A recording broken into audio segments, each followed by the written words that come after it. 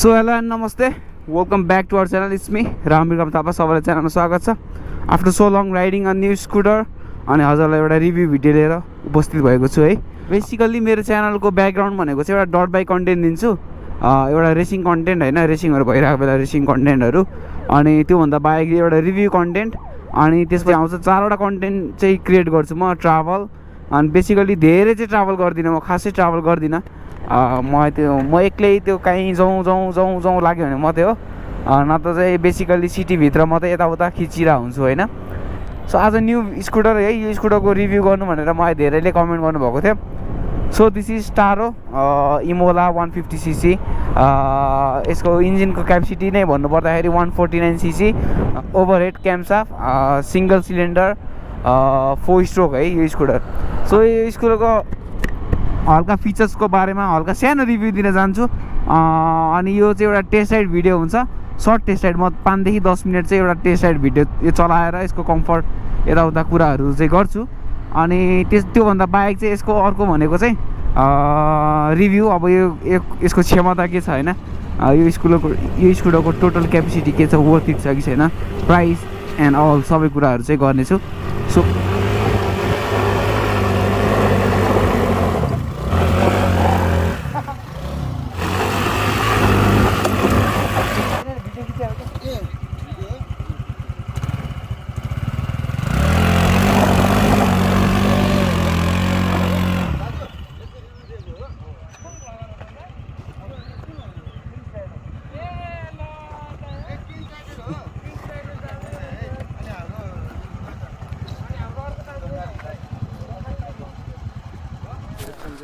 ल है गोर्खाली दाई, तपाईँको फ्यानहरू, तपाईँको सब्सक्राइबर अनि हाम्रो सब्सक्राइबर भेट भएको छ। Nice to meet you. नाम भनिदिनु त। रवि अनि समीर। ल ल ल। So hello guys, one second है, म चाहिँ यहाँ चोपर आइसकेको छु साथीहरूसँग, अनि टेस्ट राइड गर्दा उनीहरूलाई चाहिँ साइडमा राख्दैछु। आज चाहिँ बेसिकली मैले 2टा भिडियो बनाउँदै गइरहेको छु। यो र एप्रिलिया 150सँग कम्पेयर गर्छु है। 150cc एप्रिलिया र 150cc तपाईँको टारोको इमोला 150cc भर्सेस अनि एप्रिलियाको एउटा सानो टेस्ट राइड हुन्छ। उकालो त बवाल तान्छ यसले होइन। यसको अब कुरा गरौँ, सो यसको टकको कुरा गर्नु पर्दाखेरि 12.1 न्युटन अफ टक होइन, एट द रेट 6000 RPM है। यस्तो बवाल त्यो टकको यो हुन्छ नि, फिनिसिङै बवाल छ क्या। एक बटनमा बसेन गोल्ली कुद्छ, हेर्न सक्नुहुन्छ होइन। अनि अर्को भनेको यसको बिएचपीको कुरा गर्नु पर्दाखेरि चाहिँ किलोवाटमा दिएको छ, 8.1 kilowatt at the rate 8000 RPM है। यो उकालो होइन है, ठाडै उकालो छ नि त, पुरै रफ्तारमा 40, स्पिड पनि बढिरहेको छ क्या, 50। सो 40-50को स्पिडमा मजाले तान्छ होइन।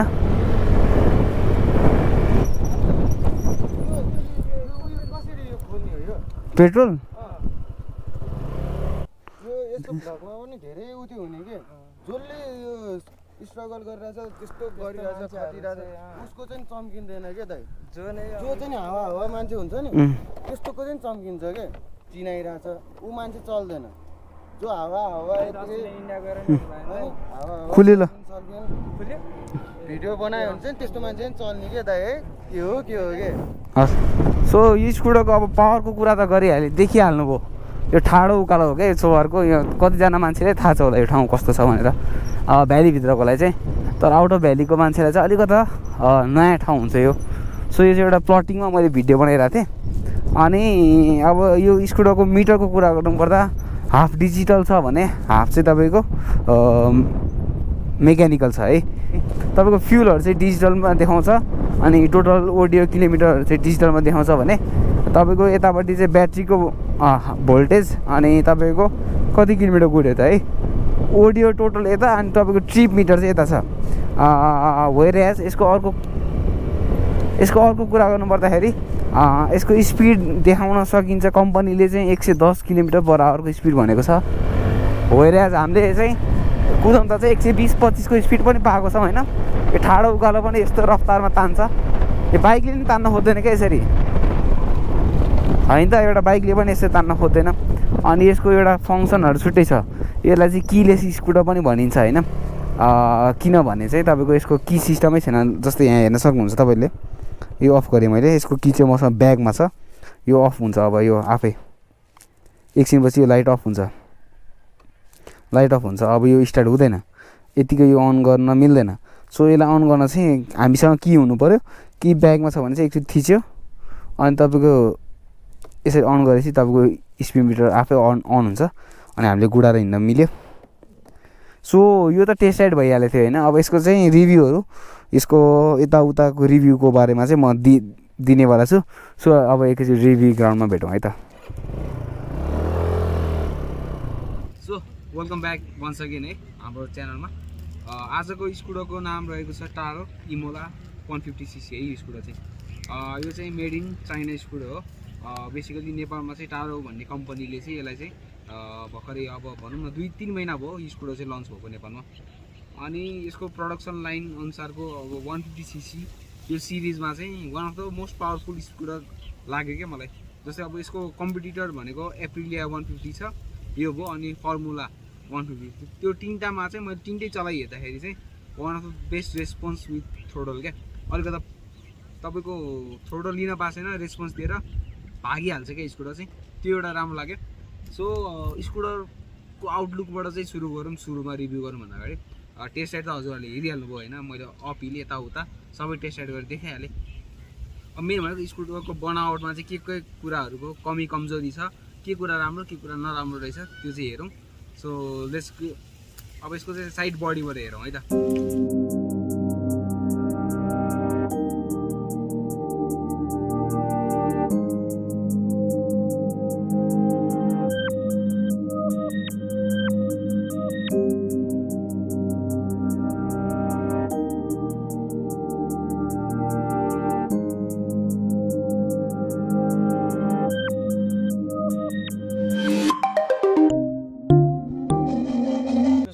यो स्कुटरको हेडलाइटबाट कुरा गरौँ यसमा चाहिँ डबल हेडलाइट आउँछ विथ द प्रोजेक्टर ल्याम्प अनि तपाईँको पार्किङ लाइट है सुरुको एउटा स्विचले चाहिँ तपाईँको पार्किङ लाइट बल्छ होइन एउटा स्विचले चाहिँ पार्किङ लाइट बल्छ भने वेयरएज फुल लाइट गर्दा चाहिँ तपाईँको प्रोजेक्टर ल्याम्प बल्छ हेड एन्ड डिममा छुट्टै अप्सन छ यसको यो भएपछि तपाईँको रातिको लागि चाहिँ एकदम बेस्ट भनौँ न रातिको लागि जुन भिजन चाहिँ हाम्रो नर्मल हलोजिन लाइटले नदिने भिजन चाहिँ यसले चाहिँ पावरफुल भिजन फ्यालेर तपाईँको रातिको यात्रा चाहिँ अलिकति सुमधुर र राम्रो हुन्छ भन्ने चाहिँ आशा छ सो यसको फ्रन्ट ब्रेकको कुरा गर्दाखेरि चाहिँ 220 mm सिङ्गल डिस्क छ अगाडिपट्टि तपाईँको लेफ्ट ह्यान्ड साइडमा त्यो चाहिँ एउटा CBS ब्रेकिङ सिस्टम है which is known as combined braking system यसमा चाहिँ नन ABS हो त्यो हुन चाहिँ तर तपाईँको पछाडिको ब्रेक हान्दा पनि अगाडिको ब्रेकमा चाहिँ लगभग 20-25% कभर गरेर आफै त्यो पावर घटाउने काम गर्दछ पछाडि पनि सिङ्गल डिस्क छ विथ 195 mm डिस्क प्लेट है त्यसले चाहिँ तपाईँको के हुन्छ भने लाइक स्कुटर 150cc को स्कुटरमा चाहिँ डबल डिस्क एकदम नेसेसरी हुन्छ जस्तो लाग्छ जुन चाहिँ हामीले स्कुटरमा पाउँछौँ अनि तपाईँको अगाडि र पछाडिको टायरहरूको कुरा गर्नुपर्दा रिमको कुरा गर्नुपर्दा चाहिँ अलो व्हिल आउँछ भने अगाडिको रिमको कुरा गर्नुपर्दाखेरि चाहिँ अलो व्हिल आउँछ बोथ साइड अगाडि र पछाडि अलो व्हिल रिम साइज रहेको चाहिँ 13 inch front and back whereas अगाडिको टायर CST को टायर अनि with the tyre size of 120/60 को आउँछ भने पछाडि चाहिँ CST को टायर 130/60 आउँछ सो अब यसको इन्जिनको कुरा गर्नुपर्दाखेरि चाहिँ ओभरहेड क्यामशाफ्ट 149.6cc होइन which is basically a belt drive यो चाहिँ बेल्ट ड्राइभ इन्जिन हुन्छ यसमा चेन हुँदैन स्कुटरमा चाहिँ अनि यसको म्याक्सिमम पावर जेनेरेटरले चाहिँ यसको किलोवाटमा कन्भर्ट गर्दाखेरि चाहिँ 8.1 kilowatt at the rate 8500 RPM whereas यसको टर्कको कुरा गर्नुहुन्छ भने 12.1 newton torque at the rate 6000 RPM so यसको इन्जिनको यो चाहिँ एउटा कार्बोरेटर इन्जिन भएर यसमा चाहिँ CDI ले चाहिँ यसको हरेक पावरहरू चाहिँ कन्भर्ट गर्ने काम CDI बाट गर्छ भने यसको स्टार्टिङ यसमा टेक्नोलोजी भनेको एउटा starting kill easy self start छ भने यसमा किक सिस्टम चाहिँ छैन यो स्कुटरमा so one of the most interesting कुरा चाहिँ यसमा के लाग्यो भने मलाई चाहिँ एउटा किलेस सिस्टम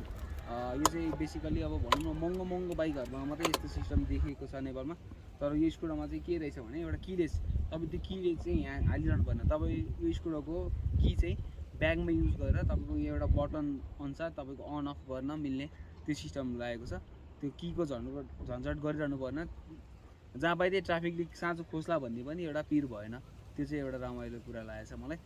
अब यसलाई की सिस्टम पनि बनाउन मिल्छ यसलाई की सिस्टम बनाउनु चाहिँ यो यस्तो अप्सन छ यहाँभित्र की हाल्न मिल्छ तर झन्झट किन भनेर यस्तो गरेर की हामीसँग हातमा छ भने यो अब अन भयो रेडी टु युज भयो यो अन भयो यो अफ भयो अब एकछिनमा आफै अफ हुन्छ यो विदिन तपाईँको 5 to 10 सेकेन्ड अफ हुन्छ 1 2 3 4 5 6 7 8 त्यस्तै 10 सेकेन्डमा अफ हुँदो रहेछ सो यो स्कुटरको अब अरू कुराहरू च्यासीसँग रिलेटेड कुराहरू होइन गर्नुपर्दाखेरि चाहिँ अब सस्पेन्सनको कुरा आउँछ सस्पेन्सन रहेको छ अगाडि चाहिँ तपाईँको टेलिस्कोपिक सस्पेन्सन बेसिकली यो सस्पेन्सन चाहिँ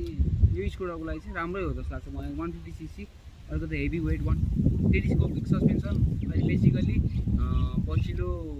मार्केटमा चाहिँ अब बिस्तारै चाहिँ हराउँदै अब तपाईँको अपसाइड डाउन सस्पेन्सन आउने त जमाना भइसक्यो तर अहिलेसम्म स्कुटरमा चाहिँ त्यो आएको छैन जस्तो लाग्छ तर यो सस्पेन्सन पनि क्वाइट गुड है नट ब्याड भनौँ न चलाएर हिँड्दाखेरि तपाईँको हल्का अफरोड अब यो त बेसिकली स्पोर्ट्स स्कुटर हो नि त अनि हामीले अफरोडमा लगेर कुदाएर त्यो भिडियो गर्नु चाहिँ अलिकति सुहाउँदैन जस्तो लाग्छ यो एउटा स्पोर्ट्स स्कुटर अनुसार यसको सस्पेन्सन चाहिँ फर रोड चाहिँ एकदम पर्फेक्ट लाग्यो मलाई तर हल्का अफरोडमा लाँदाखेरि चाहिँ अलिकति त्यो खोजेको जस्तो चाहिँ पाइएन मैले र यसको पछाडिको सस्पेन्सनको कुरा गर्नुपर्दा single suspension with the sub observer आउँछ जसले चाहिँ तपाईँको सानो झट्काबाट चाहिँ स्कुटरलाई त्यो ह्याम्पर हुन उफार्न त्यहाँबाट चाहिँ बचाउँछ यसले चाहिँ त्यस्तो काम गर्छ र यसको लुक्समा अब अलिकति नयाँ कुरा चाहिँ हामीले के देख्यौँ भने एरोडाइनामिक्स छ वेयर यसको टेल लाइट चाहिँ एकदम बवाल युनिक खालको सर्कुलर एउटा बोर्डरवाला टेल लाइट छ अनि साइलाइटहरू पनि एलइडी सबै साइलाइट अगाडि पछाडि सबै साइलाइट एलइडी विथ द डिजिटल मिटरको कुरा गर्नु पर्दाखेरि चाहिँ एनालग र डिजिटल मिक्स भएको हाइब्रिड एउटा मिटर रहेको छ होइन यो चाहिँ एउटा कार्बोरेटर स्कुटर हो सो यसले चाहिँ राम्रोसँग म्याक्सिमम पावर जेनेरेट गर्छ तर अब यसको फ्युल क्यापेसिटी भनौँ न फ्युल ट्याङ्क क्यापेसिटी रहेको छ 5.5 लिटर हो वेयर एज यसको माइलेजको कुरा गर्नुहुन्छ भने चाहिँ हाम्रो सोरुमबाट चाहिँ टेस्ट गरेर फिडब्याक आएको माइलेज चाहिँ 22 देखि 23 kilometre per litre inside city है अब यसमा इकोनोमिक मोड भन्ने चाहिँ दिएको छैन तर हामीले आफै भनौँ न यसको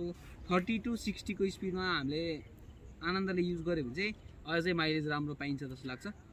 वेयर एज यसको टप स्पिड अब कम्पनीले तोकिएको त 110 किलोमिटर रहेको छ भने तर 115 to 20 किलोमिटर पर आवर सम्मको स्पिडमा यो चाहिँ दौडिन्छ एउटा स्पोर्टी स्कुटर नट अफरोड स्कुटर है यो चाहिँ यसो हेर्दाखेरि बल्की छ अनि मान्छेले अफरोडको लागि नै हुन्छ सोच्नुहुन्छ तर बेसिकली यो चाहिँ एउटा अन रोड पर्पजको लागि चाहिँ एकदम बेस्ट हुन्छ जस्तो लाग्छ मलाई with the price tag of 3,30,000